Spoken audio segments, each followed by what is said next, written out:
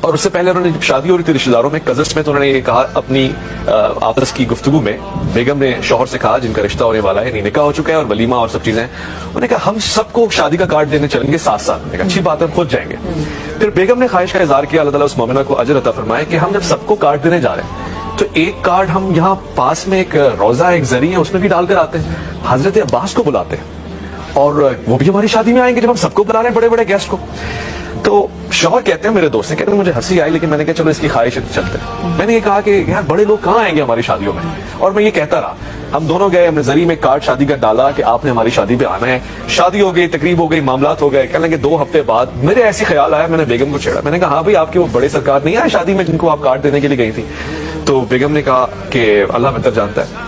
وہ چلی گئی، تہجد گزار تھی، نماز شب پڑھتی تھی. کہنے کہ میں سویا اور زندگی میں پہلا خواب مجھے آیا، اور وہ خواب ایسا تھا کہ میرے رونگٹے کھڑے ہو گئے.